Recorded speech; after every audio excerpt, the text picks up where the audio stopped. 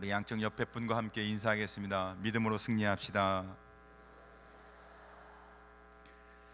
옛말에 죽으라는 법은 없다라는 말이 있습니다.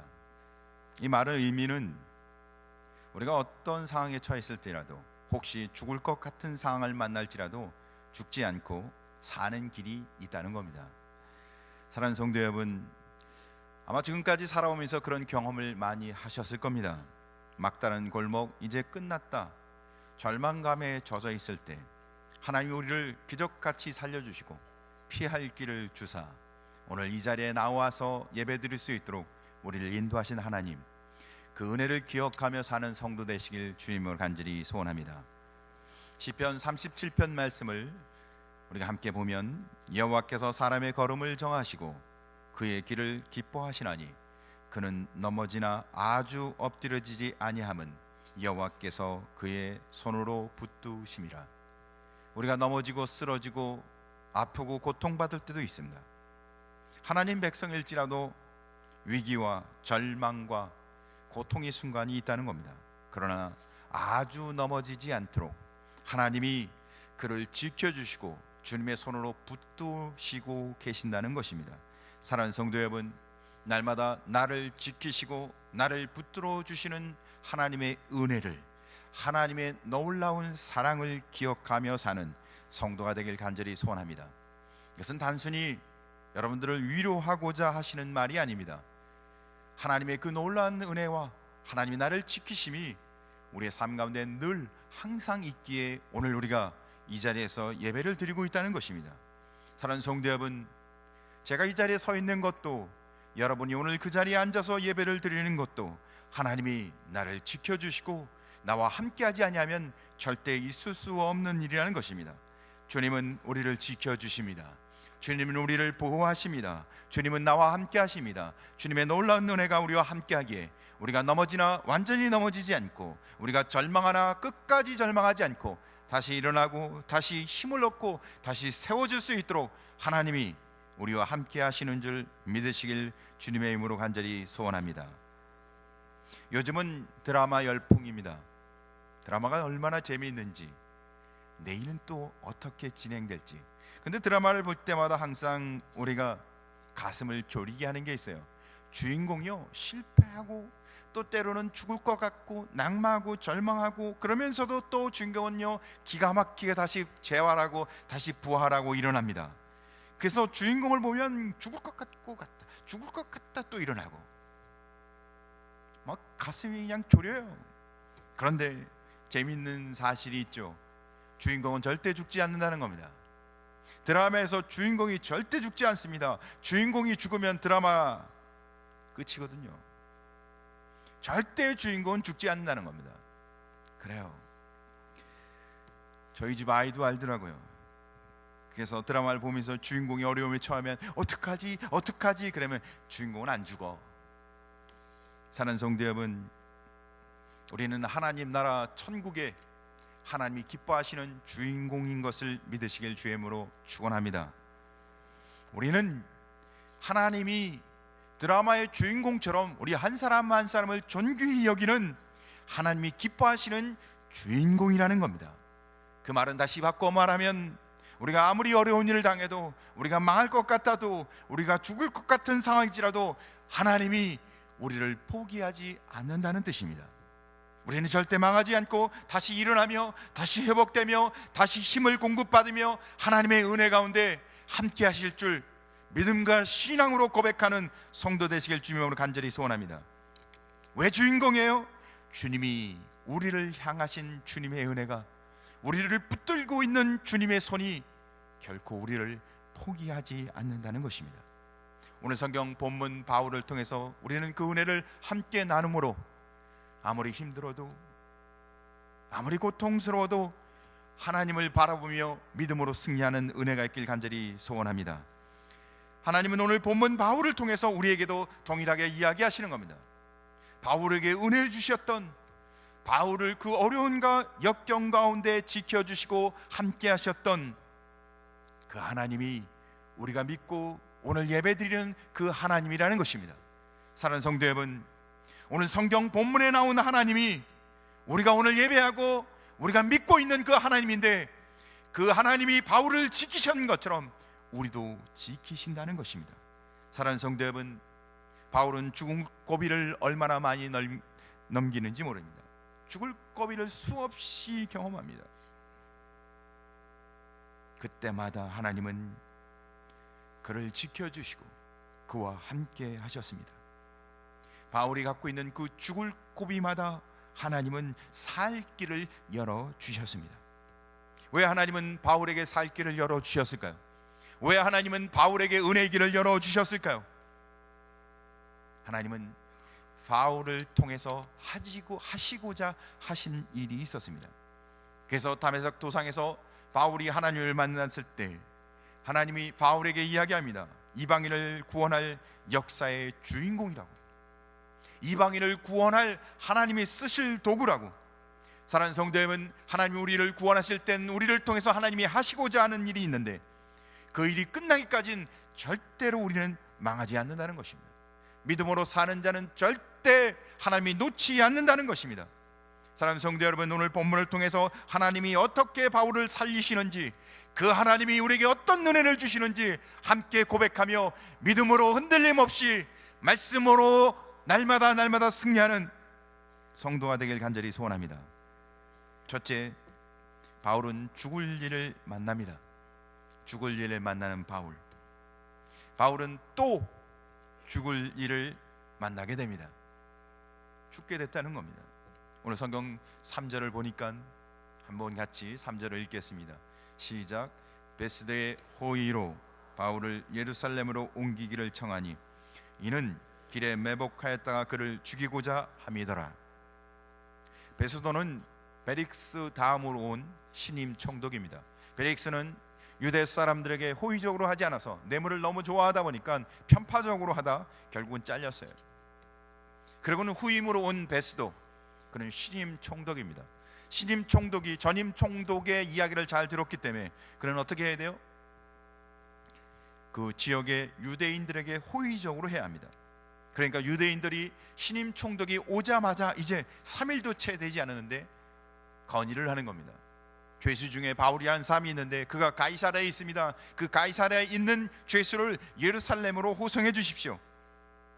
그런데 그 이유가 오늘 성경은 이렇게 기록합니다. 이는 길에 매복하였다가 그를 죽이고자 함이라. 바울이 죽게 됐다는 얘기입니다. 죽을 일이 생겼다는 거죠. 사랑하는 성도 여러분, 우리 인생 가운데도 이런 죽을 일이, 고통받는 일이, 죽을 것 같은 상황들이 있지 않습니까? 죽음의 고비를 맞는 삶.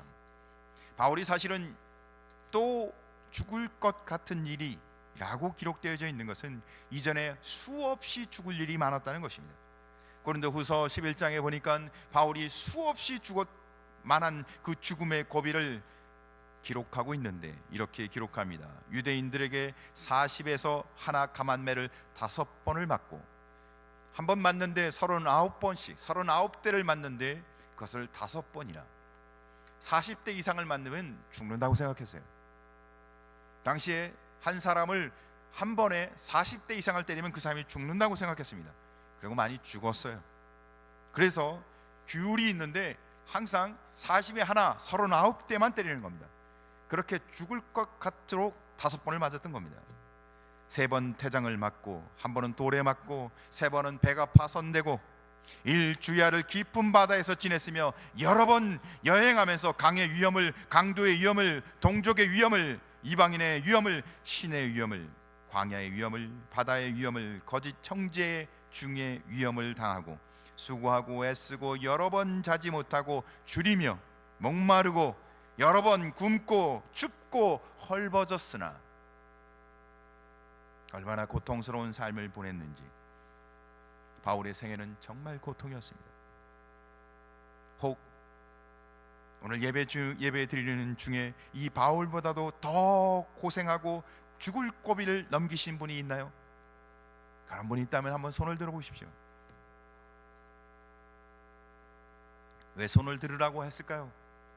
만약에 그렇게 바울보다 더 고난과 역경 가운데 사신 분이 있었다면 아마 그분은 오늘 이 자리에서 예배 드리고 있다면 바울보다도 더 하나님 앞에 사랑받는 자일 것이기 때문에 그 많은 고난과 고통 가운데 하나님이 인도하셔서 오늘 예배 드리고 있는 분이라면 하나님이 얼마나 사랑하셨으면 그 모든 환난과 역경 가운데 지켜주셔서 오늘 이 자리까지 오셔서 예배를 드릴 수 있겠습니까? 사랑하는 성도 여러분, 하나님은 사랑하는 자를 포기하지 아니하십니다. 하나님은 사랑하는 자를 끝까지 지켜주십니다. 우리 중에도 어려움을 만난 사람이 있을 것입니다. 고통을 당하면 앞이 캄캄하고 살 길이 막막합니다. 눈물만 흘리며 사는 날이 하루 이틀이 아닐 것입니다. 찬송 375장에는 이렇게 기록합니다.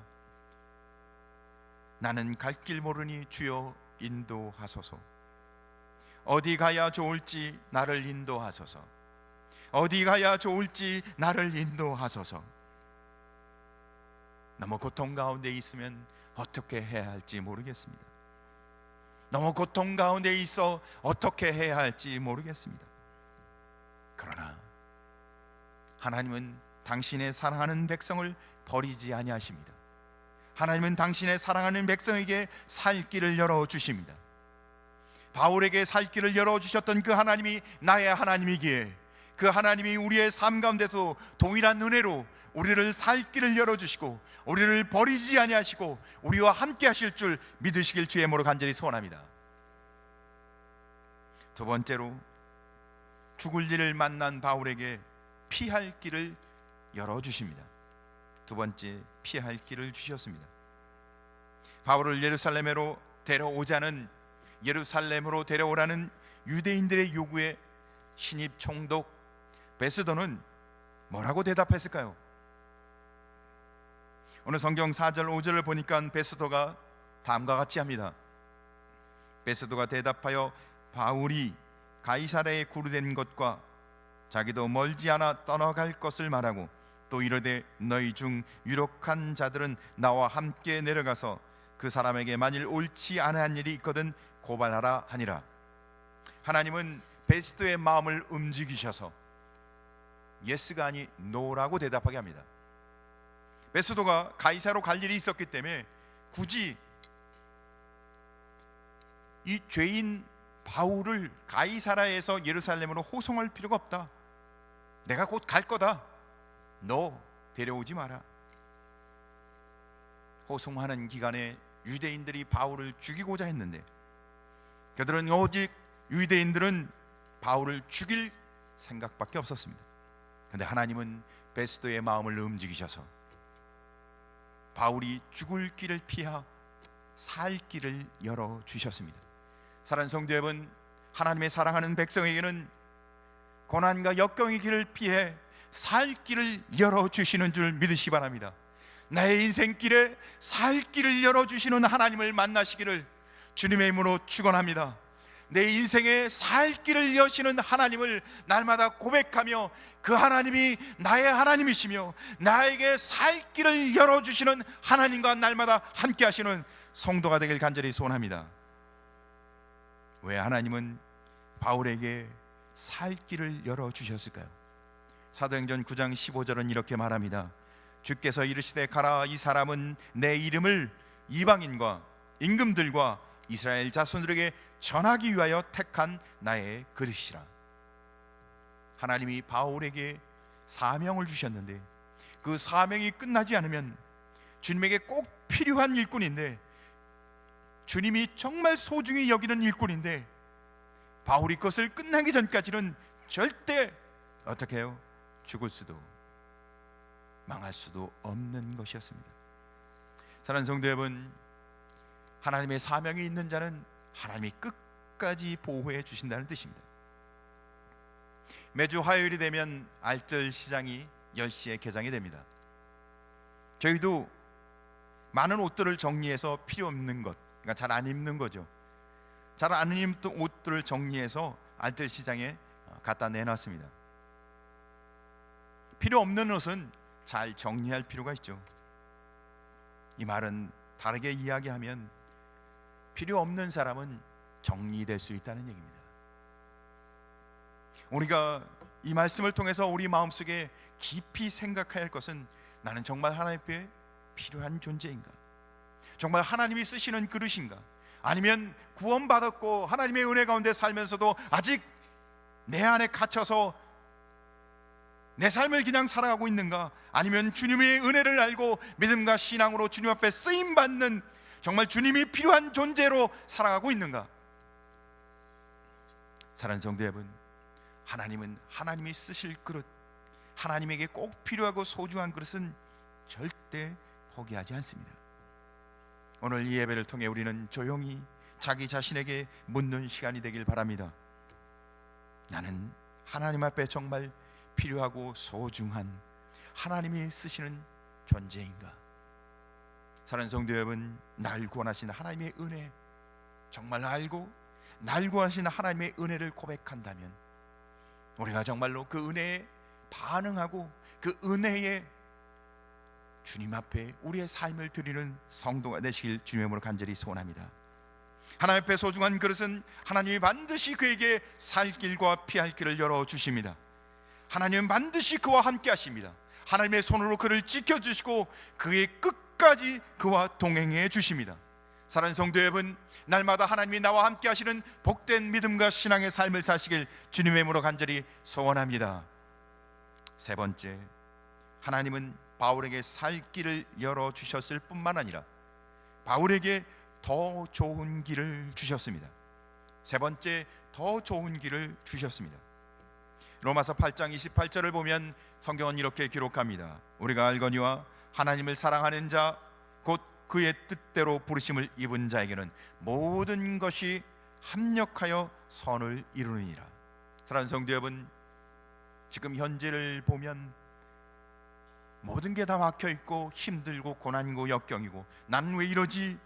내 과거는 이렇게 고통스럽고 어렵고 힘들게 살았는데 난 왜 이렇게 살지? 사랑하는 성도 여러분, 그러나 믿음으로 사는 길은 앞을 바라보는 것입니다. 내게 은혜해 주시는 약속을 바라보며 살아가는 것입니다. 사랑하는 성도 여러분, 아무리 고난과 역경이 있을지라도 하나님 앞에 믿음으로 사는 자는 하나님이 피할 길을 열어주셔 도리어 그 어려움과 고통을 통하여 그 지금 현재에 갖고 있는 그 어려움과 고통을 통하여 도리어 더 좋은 길을, 더 낫고 유익한 길을 열어주시는 하나님을 말씀을 통해 믿음으로 고백하는 성도 되길 간절히 소원합니다. 바울은 꿈이 있었습니다. 바울의 꿈은 로마를 가는 것이었습니다. 당시에 제국의 수도 로마에 가서 복음을 증거하는 것이었습니다. 그는 이 꿈이 자기가 어떤 어려움과 고통 속에서 이것을 이루길 원했습니다. 그런데 그가 지금 이 가이사랴에서 2년 동안 구류되어 계속 신문을 받고 있는 이 어려움을 통하여 도리어 하나님께서 바울이 안전하게 그 꿈을 이루어갈 수 있도록 하나님이 도리어 인도하고 있었습니다. 오늘 성경 구절을 보니까 같이 구절을 한번 읽어보겠습니다. 시작. 베스도가 유대인의 마음을 얻고자 하여 바울더러 묻되 내가 예루살렘에 올라가서 이 사건에 대하여 내 앞에서 신문을 받으려느냐.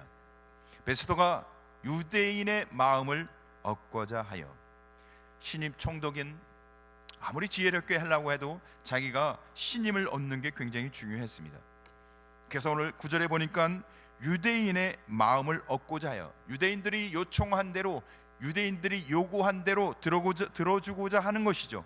그런데 유대인들이 요구한 것은 바울을 어떻게 해요? 가이사랴에서 예루살렘으로 이동시키는 것이었습니다. 그래서 베스도가 바울에게 이제 묻죠.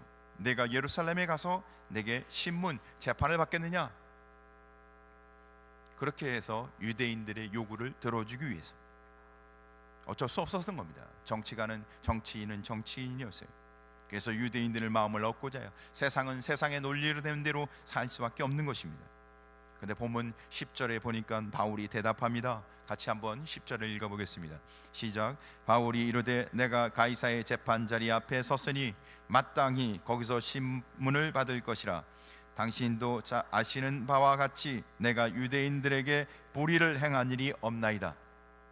바울이 대답합니다. 나는 로마 시민권자니까 가이사에게, 로마에 가서 재판을 받겠습니다. 당신도 잘 아는 바와 같이 내가 유대인들에게 불의를, 내가 죄를 진 것이 없습니다. 그동안 재판받았던 모든 기록과 베스도가 재판을 다시금 신문하는 과정에서 전혀 바울에 대한 죄를 찾을 수 없는 상황이었죠. 그래서 로마 시민권을 갖고 있는 바울을 이제 어떻게 처리해야 될지 베스도는 결정을 내려야 하는 상황이었습니다. 2년이란 세월이 허송 세월로 지난 것 같았는데 이제는 신임 총독을 통해서 이제 바울이 어떻게 될지를 최종적으로 결정을 내려야 하는 순간이 다가왔습니다. 그래서 12절을 보니까 이제 베스도가 결정을 내립니다. 12절을 한번 같이 읽겠습니다. 시작. 베스도가 배석자들과 상의하고 이르되 내가 가이사에게 상소하였으니 가이사에게 갈 것이라 하니라. 베스도가 이제 최종 결정을 내려줍니다. 바울이 그동안 꿈꾸고 꿈꿨던, 하나님이 바울을 통해서 하시고자 하는 일이 이제는 이 베스도의 판결을 위해서 아주 구체적으로 이루어집니다. 베스도가 배석자들과 상의한 후 내가 가이사에게 상소하였으니, 내가 네 로마 시민권자로 너희가 가이사에게 상소하였으니 너는 이제 가이사에게 갈 것이다, 로마에게 갈 것이다. 그동안 기도했고 그동안 꿈꿨던 일을 이제는 구체적으로 이루어질 수 있도록, 바울이 그동안 원하고 원하던 일을 할 수 있도록 판결이 난 것입니다. 바울에게 있어서는 이것은 꼭 원했던, 꼭 하고자 했던 일이었습니다. 우리가 원하고 하고자 하는 일들을 하나님은 고난과 역경을 통해서, 도리어 과정과 과정을 통해서 끝내는 그 일을 이루어 가실 수 있도록 우리를 인도해 가시는 하나님을 믿으시길 주의 이름으로 축복합니다. 꿈에도 그리던, 소원하고 소원했던 그 일, 로마로 가고자 하는 것을 바울은 결국 하나님이 더 좋은 길로 인도하기 위해서 그동안 하나님께서 그 모든 과정을 통해서 인도하셨던 것입니다. 우리가 알거니와 하나님을 사랑하는 자, 곧 그 뜻대로 부르심을 입은 자에게는 모든 것이 합력하여 선을 이루느니라. 당장은 어려운 것 같습니다. 당장은 막혀 있는 것 같습니다. 당장은 이해가 되지 않습니다. 당장은 왜 그런지 불합리합니다. 그러나 믿음으로 주님이 나를 선하게 인도하시는 것을 바라보는 믿음의 성도 되시길 주의 이름으로 간절히 소원합니다. 믿음은 과거나 현재를 보는 것이 아니라 미래에 주신 하나님의 은혜를 바라보는 것입니다. 지금은 어렵습니다. 과거에도 어려웠습니다. 다 막혀 있는 것 같습니다. 왜 그렇게 하는지 이해가 되지 않습니다. 우리가 하나님을 어떻게 다 알겠어요? 그러나 하나님은 반드시 모든 것을 협력하여 선을 이루게 하시는 하나님입니다. 더 좋은 것을 주신다는 뜻입니다. 그렇게 하신 이유는 더 나은 것, 더 복된 것을 주기 위한 하나님의 섭리라는 것입니다. 왜요? 우리는 하나님 나라 천국에 하나님이 기뻐하시는 주인공이기 때문에 하나님 결코 우리를 포기하지 않고 우리를 더 좋은 것으로, 더 나은 것으로 인도하기 위한 하나님의 섭리가 담겨져 있는 것입니다. 사랑하는 성도 여러분, 지금 어떤 고통 가운데 있으신가요? 너무 어려워 잠도 못 자는 눈물 흘리는 밤을 보내고 계신가요? 오늘 바울을 인도하셨던 그 하나님이 억울하고 고통스럽고 시간을 소비하는 것 같은 2년 동안의 기간을 지나게 하셔서 결국은 더 좋은 곳으로 인도하셨던 하나님이 여러분의 삶 속에서도 찾아오셔서 하나님이 더 복되고 의롭고 하나님의 놀라운 은혜 가운데로 인도해 주실 줄 믿으시길 주의 이름으로 축복합니다.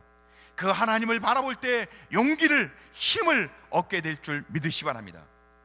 하나님은 우리를 기뻐하시는 중 우리를 천국 주인공으로 삼아 주셨기에 결코 망하지도 죽지 않게 하시고 사명을 주님의 뜻대로 살아갈 수 있도록 우리를 인도하시고 우리에게 피할 길을 주시고, 아니 더 좋은 곳으로 인도해 주시는 하나님, 그 하나님이 나의 하나님을 고백하며 믿음과 신앙으로 승리하는 복된 은혜가 있길 주님의 이름으로 축복합니다.